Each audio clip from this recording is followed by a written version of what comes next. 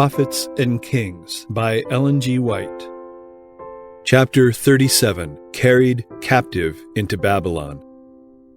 In the 9th year of Zedekiah's reign, Nebuchadnezzar king of Babylon came, he and all his host, against Jerusalem to besiege the city.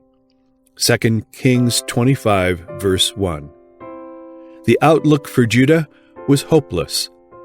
"Behold, I am against thee," the Lord himself declared through Ezekiel. "I, the Lord, have drawn forth my sword out of his sheath. It shall not return any more. Every heart shall melt, and all hands shall be feeble, and every spirit shall faint, and all knees shall be weak as water.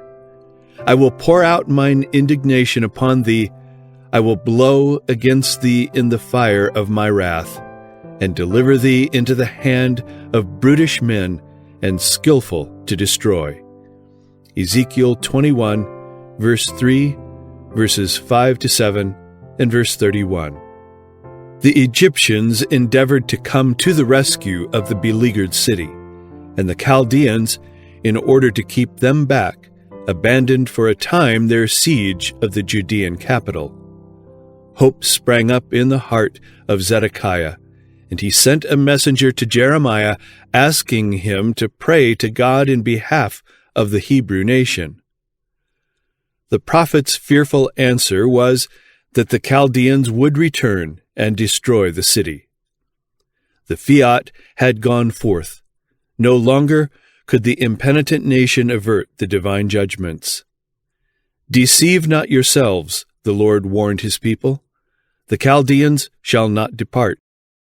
For though ye had smitten the whole army of the Chaldeans that fight against you, and there remain but wounded men among them, yet should they rise up, every man in his tent, and burn this city with fire." Jeremiah 37, verses 9 and 10. The remnant of Judah were to go into captivity to learn through adversity the lessons they had refused to learn under circumstances more favorable. From this decree of the Holy Watcher, there could be no appeal. Among the righteous still in Jerusalem, to whom had been made plain the divine purpose, were some who determined to place beyond the reach of ruthless hands the sacred ark containing the tables of stone on which had been traced the precepts of the Decalogue. This they did. With mourning and sadness, they secreted the ark in a cave, where it was to be hidden from the people of Israel and Judah because of their sins, and was to be no more restored to them. That sacred ark is yet hidden. It has never been disturbed since it was secreted. For many years Jeremiah had stood before the people as a faithful witness for God. And now, as the fated city was about to pass into the hands of the heathen, he considered his work done and attempted to leave, but was prevented by a son of one of the false prophets, who reported that Jeremiah was about to join the Babylonians, to whom he had repeatedly urged the men of Judah to submit. The prophet denied the lying charge, but nevertheless the princes were wroth with Jeremiah, and smote him, and put him in prison. Verse 15. The hopes that had sprung up in the hearts of princes and people when the armies of Nebuchadnezzar turned south to meet the Egyptians were soon dashed to the ground. The word of the Lord had been, "Behold, I am against thee, Pharaoh king of Egypt." The might of Egypt was but a broken reed. All the inhabitants of Egypt, inspiration had declared, shall know that I am the Lord, because they have been a staff of reed to the house of Israel. I will strengthen the arms of the king of Babylon, and the arms of Pharaoh shall fall down, and they shall know that I am the Lord, when I shall put my sword into the hand of the king of Babylon, and he shall stretch it out upon the land of Egypt. Ezekiel 29, verses 3 and 6, chapter 30, verse 25. While the princes of Judah were still vainly looking toward Egypt for help, King Zedekiah, with anxious foreboding, was thinking of the prophet of God that had been thrust into prison. After many days the king sent for him and asked him secretly, "Is there any word from the Lord?" Jeremiah answered, "There is, for, said he, thou shalt be delivered into the hand of the king of Babylon."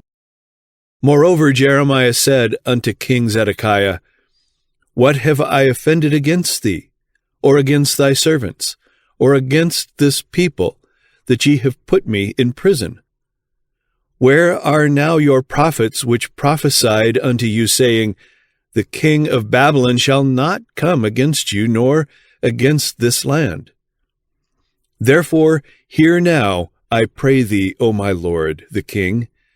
Let my supplication, I pray thee, be accepted before thee, that thou cause me not to return to the house of Jonathan the scribe, lest I die there." Jeremiah 37, verses 17 to 20. At this, Zedekiah commanded that they commit Jeremiah into the court of the prison, and that they should give him daily a piece of bread out of the baker's street, until all the bread in the city were spent. Thus Jeremiah remained in the court of the prison. Verse 21. The king dared not openly manifest any faith in Jeremiah, though his fear drove him to seek information of him privately. Yet he was too weak to brave the disapprobation of his princes and of the people by submitting to the will of God as declared by the prophet. From the court of the prison, Jeremiah continued to advise submission to the Babylonian rule. To offer resistance would be to invite sure death. The message of the Lord to Judah was, "He that remaineth in this city shall die by the sword, by the famine, and by the pestilence. But he that goeth forth to the Chaldeans shall live, for he shall have his life for a prey, and shall live." Plain and positive were the words spoken. In the name of the Lord the prophet boldly declared, "This city shall surely be given into the hand of the king of Babylon's army, which shall take it." Jeremiah 38, verses 2 and 3. At last the princes, enraged over the repeated counsels of Jeremiah, which were contrary to their set policy of resistance, made a vigorous protest before the king, urging that the prophet was an enemy to the nation, and that his words had weakened the hands of the people and brought misfortune upon them. Therefore, he should be put to death. The cowardly king knew that the charges were false, but in order to propitiate those who occupied high and influential positions in the nation, he feigned to believe their falsehoods and gave Jeremiah into their hands to do with him as they pleased. The prophet was cast into the dungeon of Malchiah the son of Hamelech, that was in the court of the prison, and they let down Jeremiah with cords. And in the dungeon there was no water, but mire. So Jeremiah sunk in the mire. Verse 6. But God raised up friends for him, who besought the king in his behalf, and had him again removed to the court of the prison. Once more the king sent privately for Jeremiah, and bade him faithfully relate the purpose of God toward Jerusalem. In response, Jeremiah inquired, "If I declare it unto thee, wilt thou not surely put me to death? And if I give thee counsel, wilt thou not hearken unto me?" The king entered into a secret compact with the prophet. "As the Lord liveth, that made us this soul," Zedekiah promised, "I will not put thee to death, neither will I give thee into the hand of these men that seek thy life. Verses 15 and 16. There was still opportunity for the king to reveal a willingness to heed the warnings of Jehovah, and thus to temper with mercy the judgments even now falling on city and nation. If thou wilt assuredly go forth unto the king of Babylon's princes, was the message given the king, then thy soul shall live, and this city shall not be burned with fire, and thou shalt live, and thine house. But if thou wilt not go forth to the king of Babylon's princes, then shall this city be given into the hand of the Chaldeans, and they shall burn it with fire, and thou shalt not escape out of their hand. I am afraid of the Jews that are fallen to the Chaldeans, the king replied, lest they deliver me into their hand, and they mock me. But the prophet promised, They shall not deliver thee. And he added the earnest entreaty, Obey, I beseech thee, the voice of the Lord, which I speak unto thee. So it shall be well unto thee, and thy soul shall live. Verses 17 to 20. Thus, even to the last hour, God made plain his willingness to show mercy to those who would choose to submit to his just requirements. Had the king chosen to obey, the lives of the people might have been spared and the city saved from conflagration. But he thought he had gone too far to retrace his steps. He was afraid of the Jews, afraid of ridicule, afraid for his life. After years of rebellion against God, Zedekiah thought it too humiliating to say to his people, I accept the word of the Lord, as spoken through the prophet Jeremiah. I dare not venture to war against the enemy in the face of all these warnings. With tears, Jeremiah entreated Zedekiah to save himself and his people. With anguish of spirit, he assured him that unless he should heed the counsel of God, he could not escape with his life, and all his possessions would fall to the Babylonians. But the king had started on the wrong course, and he would not retrace his steps. He decided to follow the counsel of the false prophets and of the men whom he really despised, and who ridiculed his weakness in yielding so readily to their wishes. He sacrificed the noble freedom of his manhood and became a cringing slave to public opinion. With no fixed purpose to do evil, he was also without resolution to stand boldly for the right.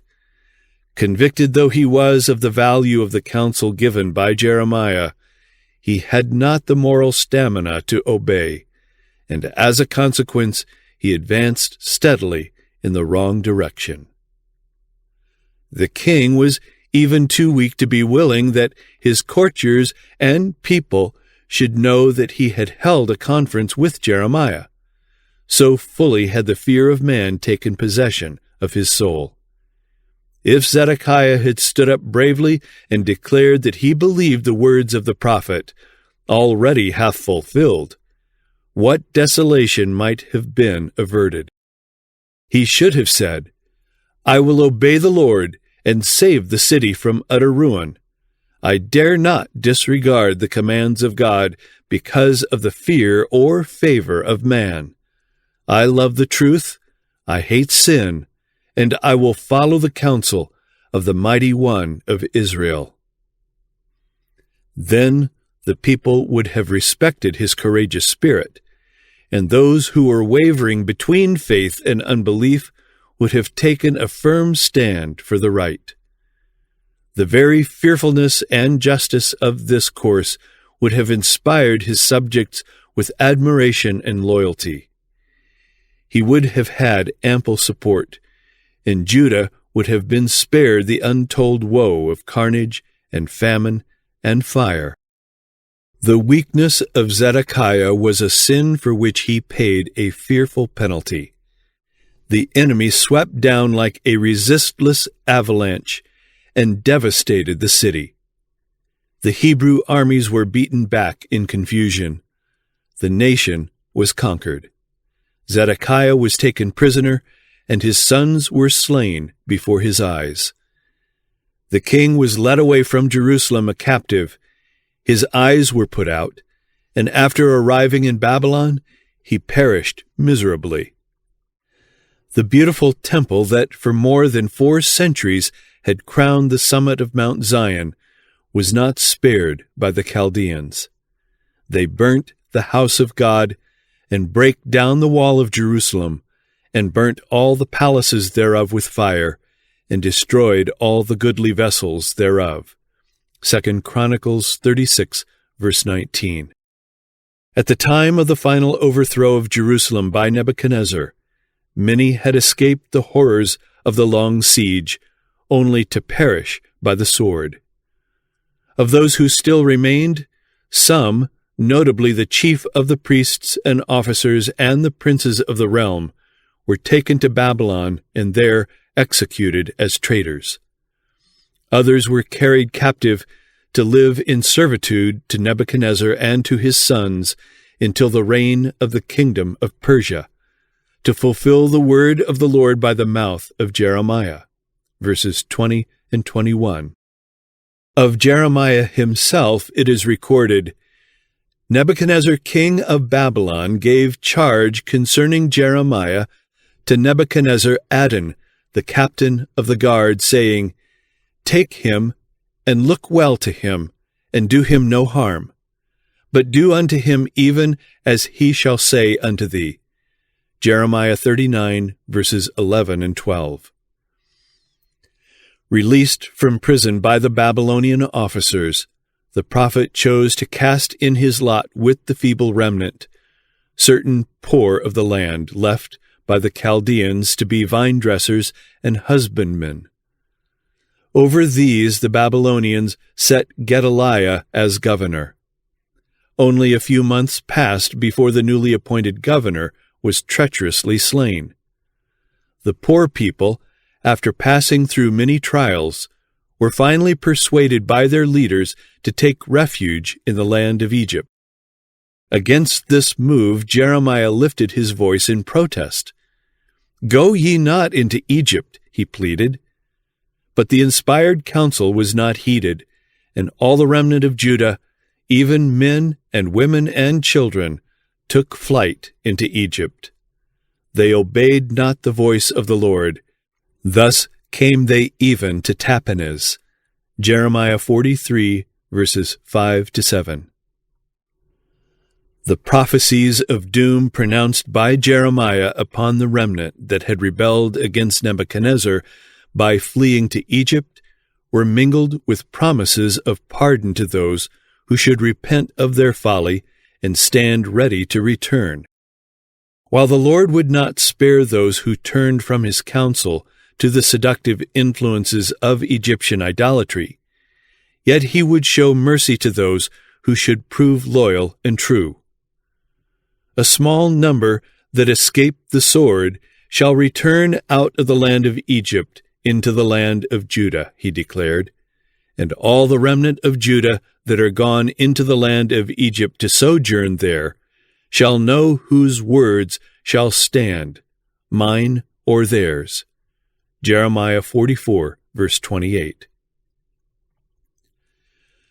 The sorrow of the prophet over the utter perversity of those who would have been the spiritual light of the world, his sorrow over the fate of Zion and of the people carried captive to Babylon, is revealed in the lamentations he has left on record as a memorial of the folly of turning from the counsels of Jehovah to human wisdom.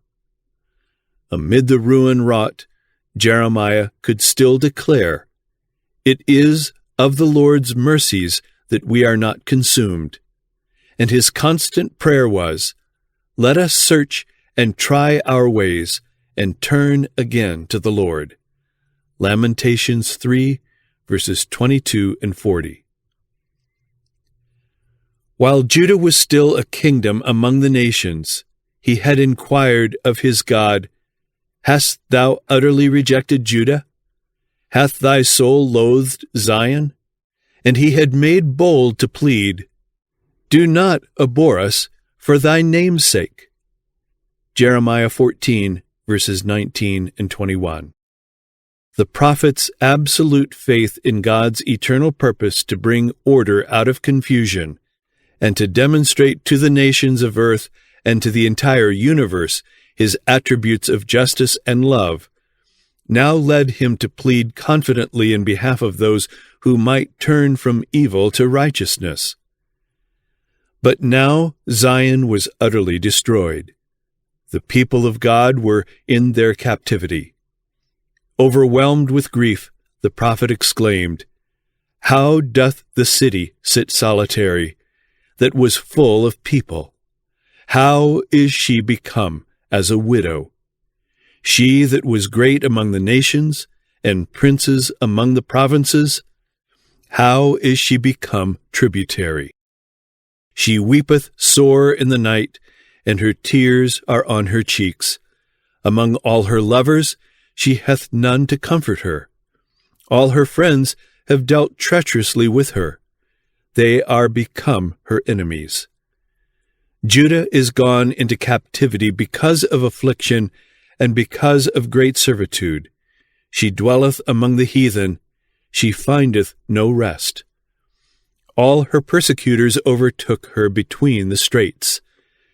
The ways of Zion do mourn, because none come to the solemn feasts.